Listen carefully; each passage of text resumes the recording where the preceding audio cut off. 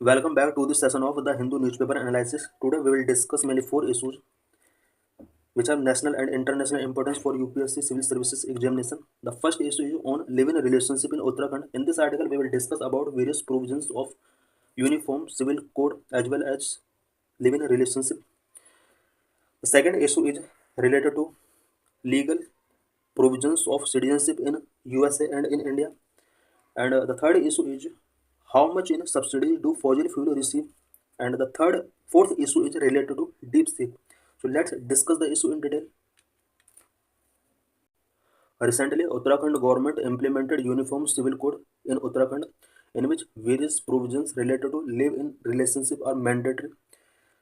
In this article, we will discuss about various provisions of UCC of Uttarakhand. So let's discuss the issue in detail. Uttarakhand's Uniform Civil Code passed by State Assembly in February 2024 mandates the registration of living relationships both at their commencement and termination. Uttarakhand state assembly के द्वारा last year फरवरी month में UCC पास किया गया था। Recently इसको implement कर दिया गया है।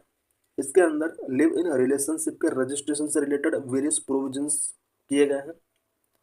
कमेंसमेंट और टर्मिनेशन दोनों से रिलेटेड यहाँ पर रजिस्ट्रेशन करना मैंडेटरी है। This requirement applies not only to resident of Uttarakhand but also to individuals residing elsewhere in India. UCC के ये प्रोविजन सिर्फ उन लोगों पर ही अप्लाई नहीं होंगे जो उत्तराखंड के अंदर लिविंग रिसेंटली कर रहे हैं, ये उन पीपल के ऊपर भी अप्लाई होंगे जो उत्तराखंड के जो पीपल इंडिया के अदर पार्ट में रिसाइड कर रहे हैं। इट मीन्स उत्तराखंड का कोई पर्सन अगर दिल्ली के अंदर रह रहा है उस पर्सन के ऊपर भी ये रूल अप्लाई होंगे, बट दिल्ली का कोई पर्सन अगर उत्तराखंड के अंदर रिसाइड कर रहा है उस पर्सन के ऊपर ये रूल अप्लाई नहीं होंगे। The rules, which came into effect on January 27, 2025, impose extensive documentation requirement for such registration. ये रूल्स जनवरी 27 से स्टार्ट हो चुके हैं और इस तरह के रजिस्ट्रेशन के लिए एक्सटेंसिव डॉक्यूमेंटेशन का रिक्वायरमेंट होगा। What is the registration process? Live in relationship के टर्मिनेशन से रिलेटेड या फिर इसके कमेंसमेंट से रिलेटेड किस तरह से यहाँ पर रजिस्ट्रेशन प्रोसेस है। Under the code only unmarried heterosexual couples can enter into live in relationship. UCC code के according only unmarried heterosexual couples को लिव इन रिलेशनशिप में एंटर करने का राइट है। Couples currently in live in relationship और intending to enter one can registered through the newly launched online portal. Couple जो live in relationship में रहना चाहते हैं उन्हें एक ऑनलाइन पोर्टल प्रोवाइड कराया गया है। उस ऑनलाइन पोर्टल पर उन्हें रजिस्ट्रेशन कराना होगा। For offline registration they have to submit a 16-पेज form along with supporting document to the concern registrar. Offline registration अगर कराना है तो उन्हें 16 पेजेज का एक डॉक्यूमेंटेशन सबमिट करना होगा और साथ में कुछ रिलेटेड डॉक्यूमेंट इसके साथ इंक्लूड करने होंगे और कंसर्न रजिस्ट्रार के पास इसको सेंड करना होगा। As stipulated in Rule 15(3)(e), applicants are required to submit an extensive set of documents for registration such as their photograph, their income tax, permanent account number, it means PAN card, photographs, PAN card, Aadhaar linked phone number, full residence and domicile address proof यहाँ पर submit करना होगा। If either partner is between the ages of 18 and 21, they must provide the Aadhaar linked phone number and address of each of their parents or legal guardians. अगर live in relation में रहने वाले partner का as 18 to 21 के बीच है, इन्हें compulsory किया गया है कि आधार लिंक्ड फोन नंबर इन्हें रजिस्ट्रार को प्रोवाइड कराना होगा और साथ में अपने पेरेंट्स और लीगल गार्जियन का एड्रेस रजिस्ट्रार के पास इन्हें सबमिट करना होगा। The registrar is legally obligated not to notify the guardians regarding the registration of the relationship as well as its termination. Live in relationship में रहने वाले कपल्स के टर्मिनेशन से रिलेटेड या इनके लिव इन में रहने से रिलेटेड पूरा डाटा रजिस्ट्रार इनके गार्जियन को प्रोवाइड कराएगा। रजिस्ट्रार के लिए ये ऑब्लिगेशन किया गया है। Is this a violation of right to privacy? क्या ये उत्तराखंड के अंदर जिस तरह से यूसीसी के अंदर लिव इन रिलेशनशिप में रहने वाले कपल्स के लिए प्रोविजन किए गए हैं, क्या ये प्राइवेसी का जो राइट पीपल को मिला हुआ है उसका वायलेशन है? Requiring individuals in live in relationship to register with the government constitute a gross violation of the right to privacy enshrined in article 21 of the constitution, because constitution का article 21 के अंदर all people को right to privacy मिला हुआ है। और उत्तराखंड के अंदर लिव इन रिलेशनशिप से रिलेटेड जो प्रोविजन किए गए हैं ये कॉन्स्टिट्यूशन का आर्टिकल 21 का वायलेशन है। इट ऑल्सो कॉन्ट्रवेंस द 9 जजेस bench decision in justice case Puttaswamy versus Union of India which affirmed that the right to privacy encompass both informational privacy and decisional autonomy. 2017 में justice K S Puttaswamy versus Union of India का 9 जज bench का एक decision आया था, जिसमें उस bench ने ये अफर्म किया था कि राइट टू प्राइवेसी के अंदर informational privacy and decisional autonomy दोनों एनकम्पास होती है। उत्तराखंड के अंदर ये डिसीजन 9 जज बेंच के इस डिसीजन के साथ भी कॉन्ट्रावीन करता है। इट मीन्स ये उसके अगेंस्ट है। Is relationship history relevant? क्या कपल्स को अपना रिलेशनशिप हिस्ट्री यहाँ पर सबमिट करना होगा इस प्रोविजन के according? Couples are required to furnish proof of any prior relationship particular if they have previous been in a live in relationship. Couples अगर प्रीवियसली रिलेशनशिप में रहे हैं उससे रिलेटेड पूरा डाटा यहाँ पर कपल्स को प्रोवाइड कराना होगा। Further they are required to disclose their current status whether single, married, divorced, annulled, separated और विडो। करंटली जो कपल रिलेशनशिप में आना चाह रहे हैं उन्हें अपना current status such as current में वो सिंगल है या मैरिड है, डाइवोर्स्ड है, सेपरेटेड या विडो है, इससे रिलेटेड पूरा यहाँ पर डाटा इन्हें प्रोवाइड कराना होगा। A distinctive feature of the rules is their attempt to equate live-in relationship with the status of marriage. UCC Uttarakhand के अंदर यूसीसी के अंदर लिव इन रिलेशनशिप से रिलेटेड जो प्रोविजन किए गए हैं, इन प्रोविजन का जो मेन ऑब्जेक्टिव है वो लिव इन रिलेशनशिप को स्टेटस ऑफ मैरिज के इक्वेट करना है। What about housing? Live in relationship में रहने वाले कपल कहाँ पर लिविंग कर सकते हैं उससे रिलेटेड कुछ प्रोविजंस यहाँ पर किए गए हैं। If the partner are already living together, they must provide proof of their shared household, such as most recent electricity or water bill. Live in relationship में रहने वाले पार्टनर को जिस हाउस के अंदर वो लिविंग कर रहे हैं उसका प्रूफ सच एज इलेक्ट्रिसिटी और वाटर बिल उन्हें प्रोवाइड कराना होगा जिस बिल्डिंग के अंदर वो लिविंग कर रहे हैं। If they reside in rented accommodation they must also submit the landlord's full name, contact number and copy of rent agreement. Live in relationship में रहने वाले कपल अगर रेंट पर रह रहे हैं तो इन्हें लैंडलॉर्ड का full name, contact number and rent agreement registrar के पास सबमिट करना होगा। The registrar is obliged to contact the landlord wide verifying the application detail. Application detail registrar जिस टाइम पर वेरीफाई करता है उस टाइम पर रजिस्ट्रार लैंडलॉर्ड के साथ कॉन्टैक्ट करेगा और कपल्स से रिलेटेड इंफॉर्मेशन वो गेट कर सकता है लैंडलॉर्ड से। If the partners are not yet living together, they must apply for a provisional certificate. अगर लिव इन में रहने वाले पार्टनर एक साथ अभी नहीं रह रहे हैं तो उन्हें एक प्रोविजनल सर्टिफिकेट के लिए अप्लाई करना होगा। Upon receiving such a certificate the couple must secure accommodation with in 30 days. Provisional certificate receiving करने के 30 डेज के अंदर इन्हें अपना अकोमोडेशन सिक्योर करना होगा। ये प्रोविजन किया गया है यूसीसी के अंदर। ऑब्लिगेशंस ऑन लैंडलॉर्ड्स के लिए भी यहाँ पर कुछ ऑब्लिगेशंस फिक्स किए गए हैं। The rules also impose specific obligations on landlords when leasing property to a live in couple. Landlords must request either a provisional or final registration certificate which will be incorporated into the rent agreement. कोई भी landlord अगर अपनी property को live in couples को leasing करता है, landlord को request करना होगा कि लिव इन कपल को प्रोविजनल सर्टिफिकेट जो उन्होंने पहले बनवाया हुआ है या रजिस्ट्रेशन सर्टिफिकेट जो live in relationship marriage registration certificate है उसको प्रोड्यूस करना होगा लैंडलॉर्ड के before which will be incorporated into the rent agreement, और इसको रेंट एग्रीमेंट के साथ इनकॉर्पोरेट करना होगा।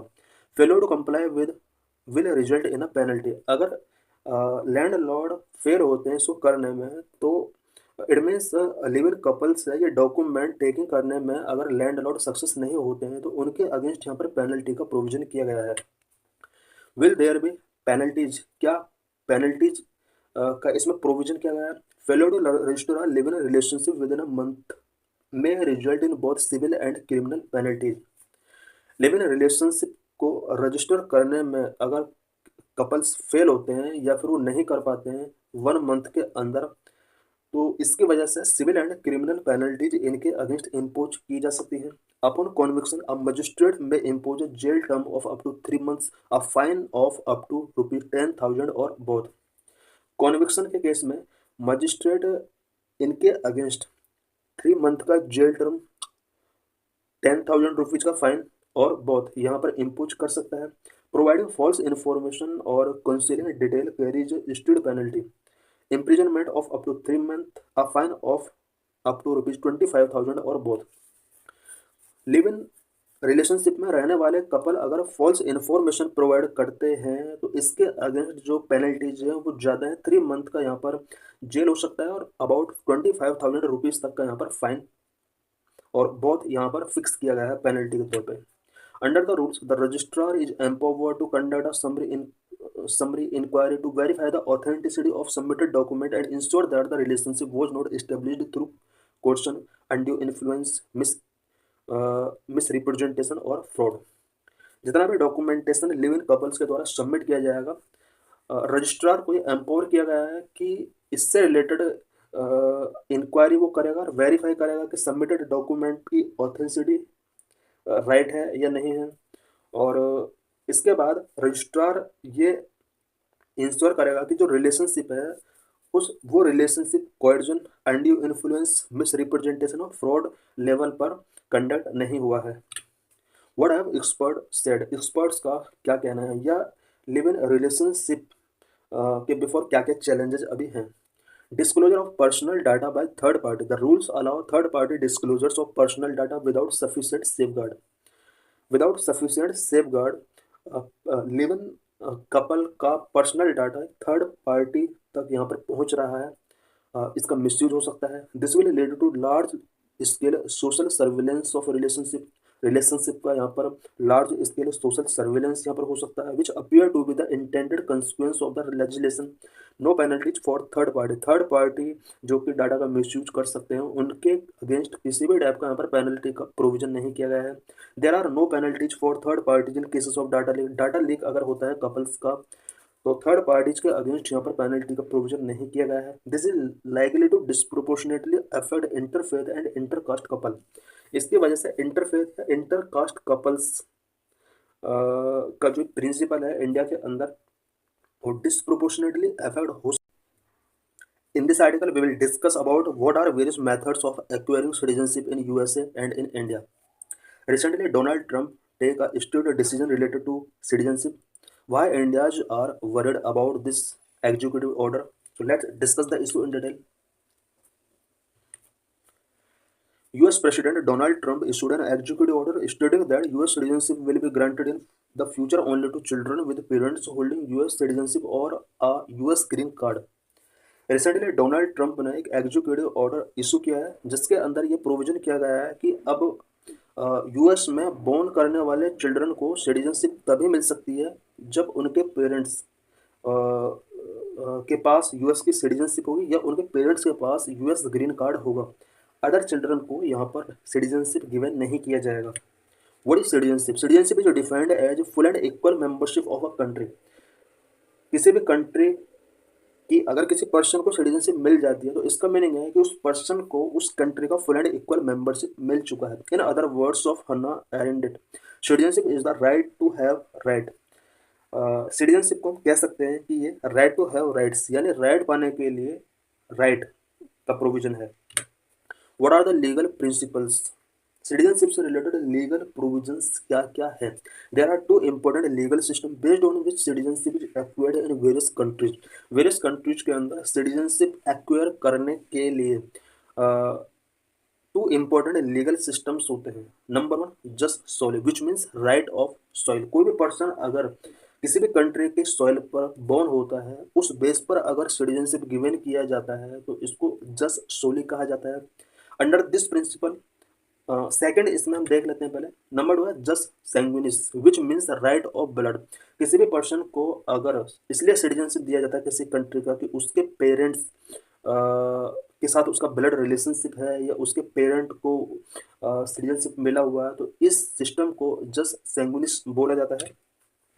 Number 1 jus soli. Under this principle a child citizenship is determined by his or her place of birth irrespective of the citizenship of their parents.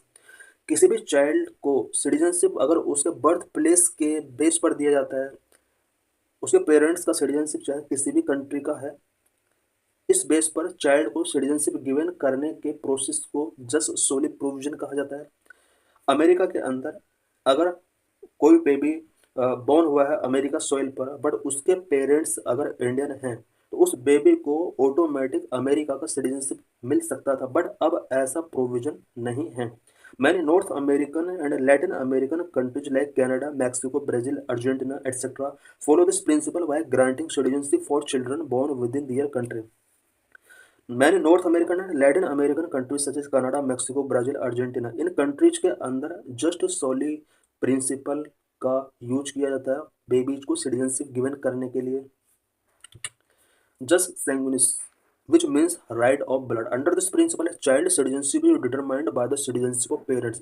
Parents की citizenship के base पर child को citizenship देने का जो process है उसको just सैंग्विनिस बोला जाता है। Many African, European and Asian countries like Egypt, South Africa, Germany, India etcetera follow this principle. Jus sanguinis principle की अगर बात की जाए तो इसमें African countries, European countries, Asian countries like Egypt, South Africa, Germany, India etcetera, ये सब jus sanguinis principle को फॉलो करते हैं अपने कंट्री के अंदर चिल्ड्रन को सिटीजनशिप देने के लिए। What is the current issue in US? Current में यूएस के अंदर क्या इशू सिटीजनशिप से बना हुआ है? The US has practised the grant of citizenship based on the jus soli principle. Recently Donald Trump के एग्जीक्यूटिव ऑर्डर से पहले यूएस के अंदर जस्ट सोली प्रिंसिपल के बेस पर पीपल को सिटीजनशिप गिवन की जाती थी। इट मीन्स यूएसए के अंदर कोई भी बेबी अगर बोर्न हुआ है, इस बेस पर उन बेबी को यूएस की सिटीजनशिप गिवन की जाती थी। अब से पहले the 14th amendment to the US constitution adopted in 1668 stated that all persons born in the US are citizen of India। 1868 में US constitution amendment 14th US constitution amendment किया जाता है। इस अमेंडमेंट के अंदर प्रोविजन किया गया था कि यूएस की सॉइल पर बॉर्न होने वाला कोई भी पर्सन यूएस का सिटीजन होगा। The US supreme court in 1898 reaffirmed that the 14th amendment extended to all children born in the US irrespective of the parents' citizenship। Constitution amendment के just 20 year बाद US supreme court ने reform किया कि 14th amendment जो constitution का किया गया था उसको अब एक्सटेंड किया जा रहा है, और इस एक्सटेंशन में यहाँ पर इस यूएस सॉइल पर बॉर्न होने वाले ऑल चिल्ड्रन को यहाँ पर सिटीजनशिप गिवन करने का प्रोविजन कर दिया गया है irrespective of the parent of the children। The current executive order issued by the President Donald Trump titled Protecting the Meaning and Value of American Citizenship decrees that American citizenship would be granted only the children with parents holding US citizenship or a US green card। Recently Donald Trump का जो executive order आया है, इस executive order का title protecting the meaning and value of American citizenship, ये इसका title है। इसके अंदर प्रोविजन किया गया है कि अब यूएस सॉइल पर बॉर्न होने वाले चिल्ड्रन को यूएसए का सिटीजनशिप गिवन नहीं किया जाएगा। सिर्फ उन चिल्ड्रन को यूएसए का सिटीजनशिप गिवन किया जाएगा जिनके पेरेंट्स के पास यूएस की सिटीजनशिप और जिनके पास यूएस ग्रीन कार्ड होगा। This order is to be implemented from February 19। It means about 15 days बाद ये ऑर्डर इम्प्लीमेंट हो जाएगा यूएसए के अंदर। However, federal court in the state of Washington has temporarily stayed the order, stating that it is blatantly unconstitutional। Federal court USA state of Washington की federal court ने temporarily इस executive order को state कर दिया है। Court ने कहा है कि ये ऑर्डर ब्लिटेंटली अनकॉन्स्टिट्यूशनल है। What about citizenship in India? India में सिटीजनशिप से रिलेटेड क्या क्या प्रोविजंस किए गए हैं? Citizenship in India is governed by the citizenship act 1955। India के अंदर गवर्नमेंट सिटीजनशिप सिटीजनशिप एक्ट 1955 के अकॉर्डिंग गवर्न किए जाते हैं। Jus soli principle till June 1987। June 1987 तक इंडिया के अंदर भी जस्ट सोली प्रिंसिपल के बेस पर सिटीजनशिप गिवन किया जाता था। इट मीन्स 1987 तक इंडिया में प्रोविजन था कि कोई भी बेबी अगर इंडिया में पैदा हुआ है तो ऑटोमेटिक उसको इंडियन सिटीजनशिप गिवन किया जा सकता है। India followed the jus soli principle granting automatic citizen to any one born in India. Jus sanguinis principle 1987 के बाद जस्ट सैंग्विनिस प्रिंसिपल यहाँ पर अप्लाई कर दिया जाता है। Subsequently the law was amended to introduce the jus sanguinis principle. It means 1987 के बाद यहाँ पर सिटीजनशिप से रिलेटेड प्रोविजन किया जाता है कि अगर बेबी के पेरेंट के पास इंडियन सिटीजनशिप है तो उन बेबी को यहाँ पर इंडियन सिटीजनशिप गिवन की जाएगी। Between July 1987 and December 2004, it was required that either of the parent of a child born in India was a citizen of India for granting citizenship। 1987 से 2024 के बीच सिटीजनशिप से related कुछ amendment किए जाते हैं और अमेंडमेंट ये किया जाता है कि either of the parent of a child born in India was a citizenship of India for granting citizen. India में बोर्न होने वाले चाइल्ड को सिटीजनशिप तभी ग्रांट किया जा सकता है अगर उनके पेरेंट्स में से कोई भी अगर एक इंडियन सिटीजनशिप है, जिसके पास इंडियन सिटीजनशिप है। सिंस दिसंबर 2004, दिसंबर 2004 के बाद क्या होता है, both the parents had to be citizens or one parent is a citizen and the other not an illegal immigrants. 2004 के बाद प्रोविजन कर दिया गया है कि उसी चिल्ड्रन को सिटीजनशिप गिवन की जा सकती है अगर उसके दोनों पेरेंट्स, इट मीन उसके पेरेंट्स इंडिया का सिटीजनशिप अगर वो रखते हैं, वन पेरेंट इंडिया का सिटीजन हो अगर, और अदर सिटीजन हो भी सकता है नहीं भी हो सकता, बट इलीगल इमिग्रेंट नहीं होना चाहिए। इट मीन्स दिसंबर 2004 के बाद ये प्रोविजन कर दिया गया कि उसी बेबी को सिटीजनशिप इंडिया का गिवन किया जा सकता है जिसके पेरेंट के पास इंडियन सिटीजनशिप है या फिर मदर फादर में से एक के पास सिटीजनशिप है, एक के पास नहीं है, बट जिसके पास नहीं है वो इलीगल इमिग्रेंट नहीं होना चाहिए। This was primarily to restrict citizenship to children born to illegal immigrants from Bangladesh. This was primarily to restrict citizenship.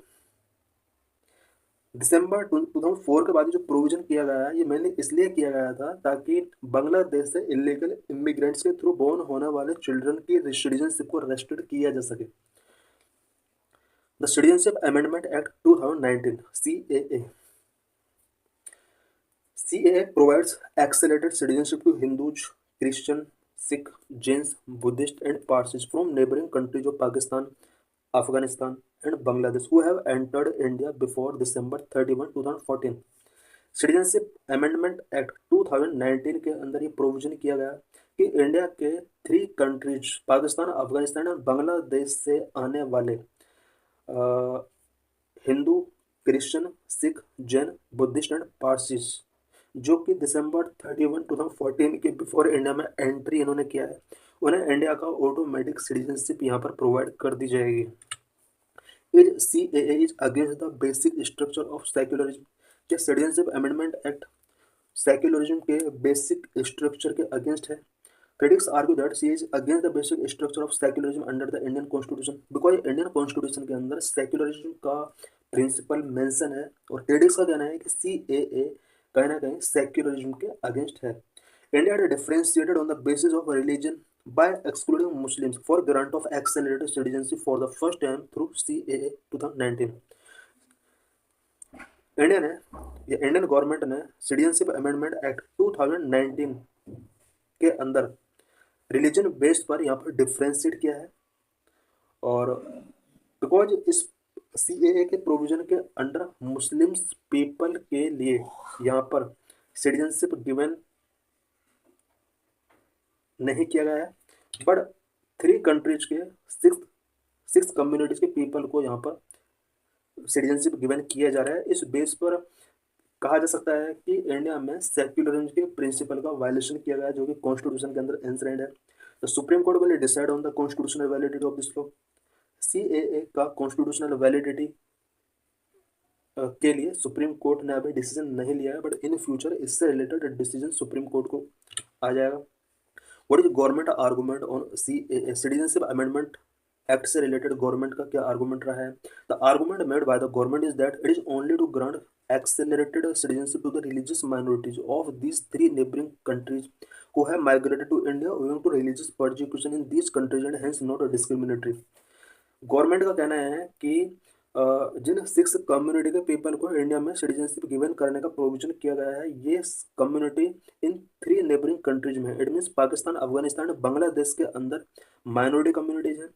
और इन माइनॉरिटी कम्युनिटीज के ऊपर थ्री कंट्रीज के अंदर रिलीजियस परसिक्यूशन होते हैं। रिलीजियस परसिक्यूशन से इनको बचाने के लिए इंडिया में इनको सिटीजनशिप गिवन करना नेसेसरी है।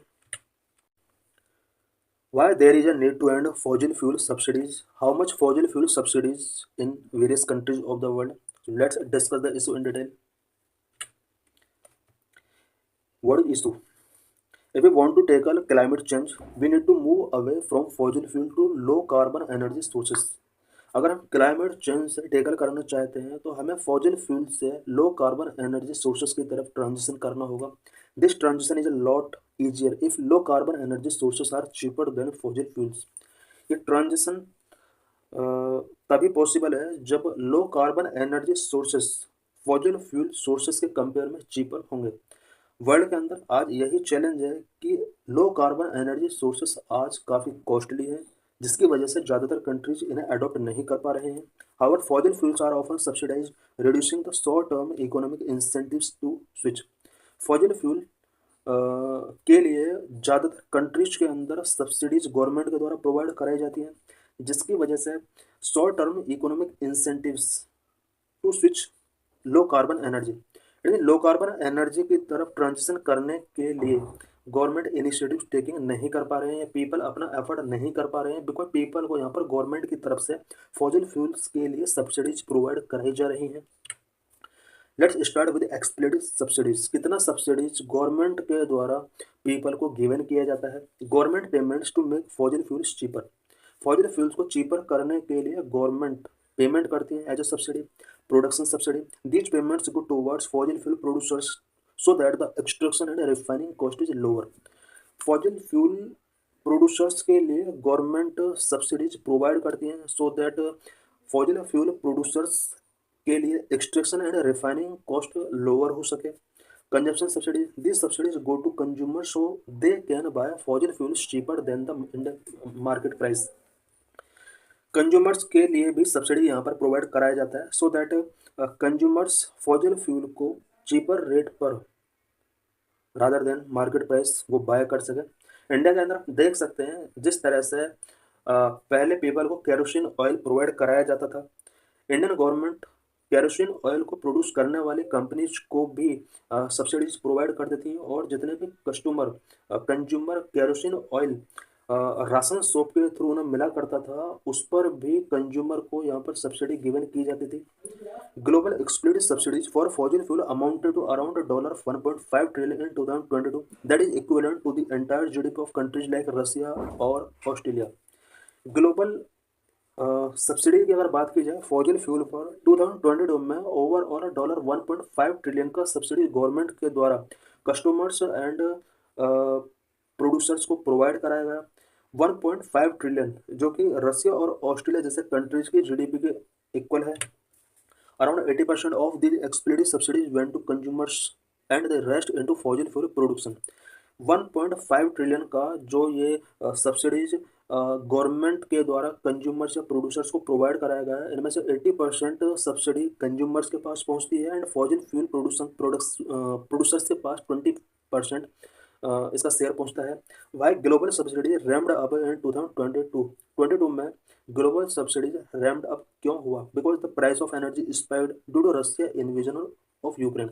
रशिया ने यूक्रेन के ऊपर इन्वेजन किया था, इस वजह से एनर्जी प्राइसेस ग्लोबली काफ़ी इंक्रीज हुआ, और फॉसिल फ्यूल पर सब्सिडी भी इसी वजह से इंक्रीज हुआ 2022 में, जो कि $1.5 ट्रिलियन तक पहुंच गया। Consumption subsidies roughly doubled from 2021 to 2022 and fell back to their previous level in 2023।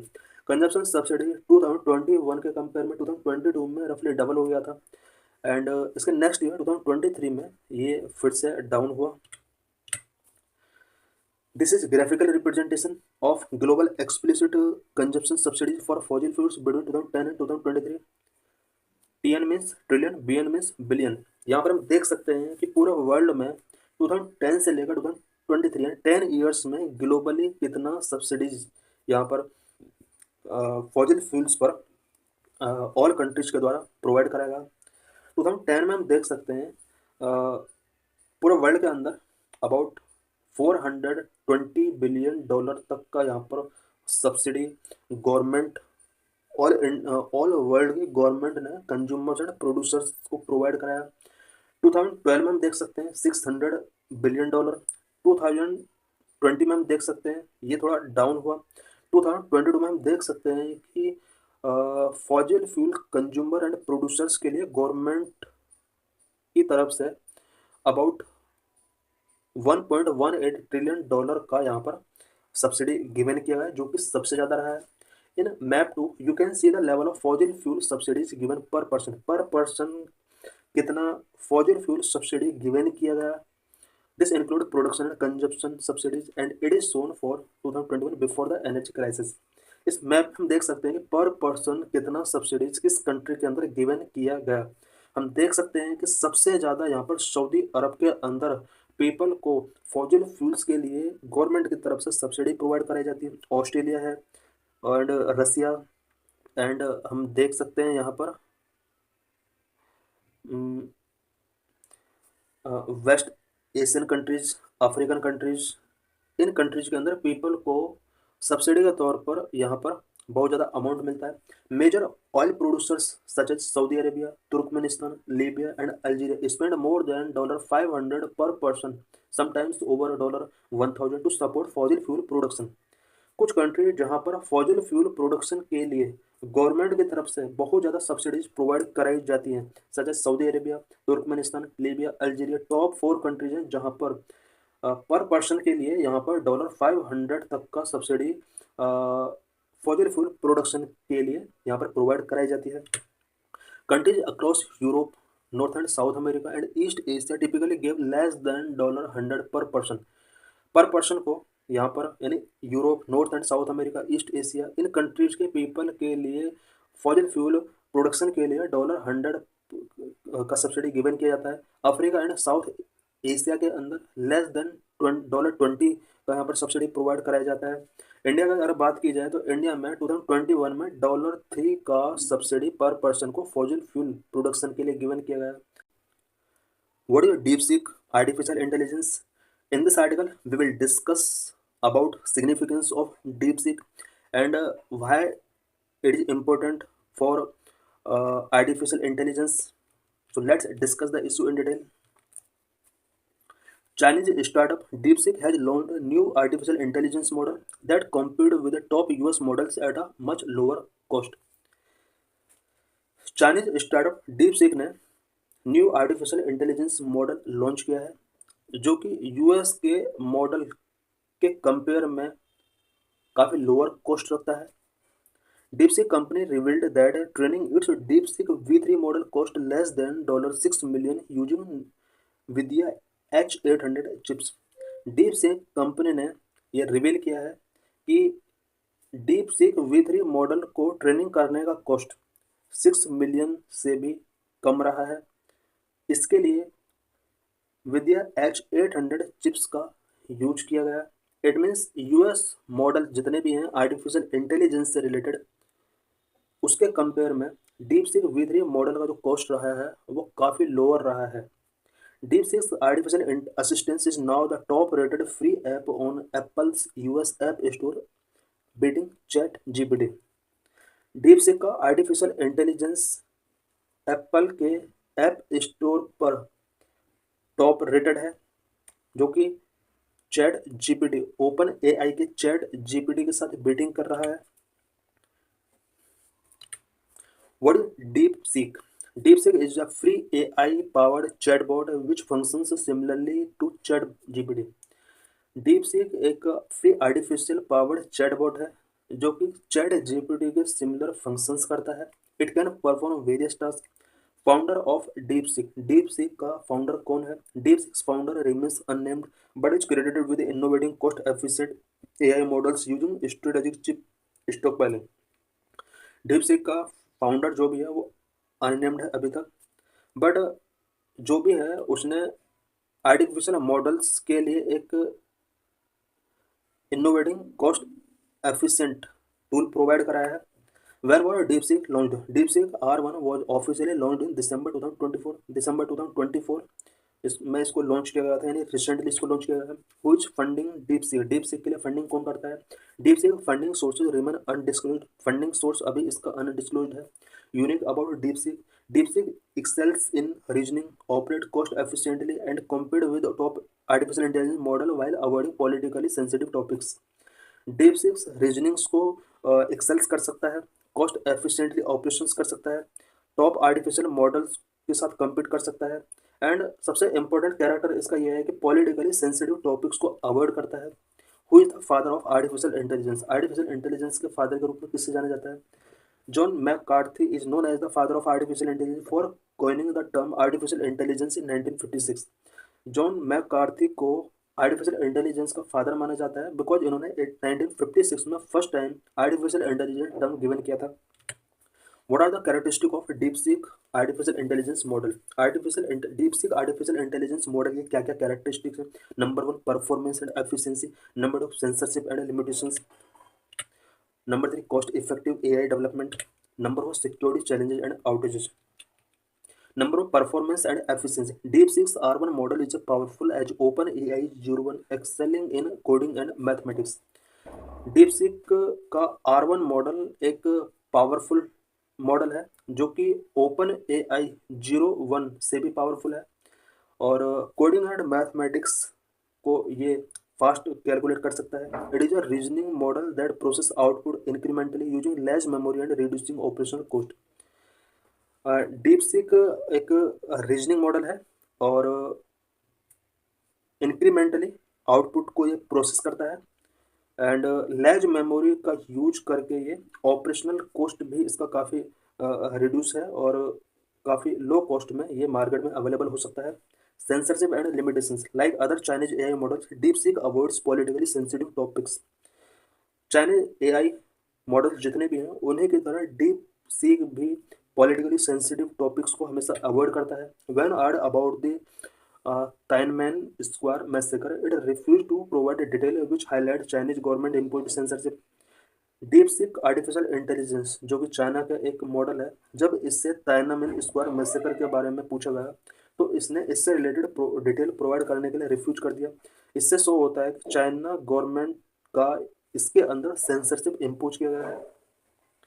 Number 3, cost-effective artificial intelligence development. DeepSeek claims to have trained its model for just $6 million, which is very lower than the over $100 million OpenAI spent on ChatGPT.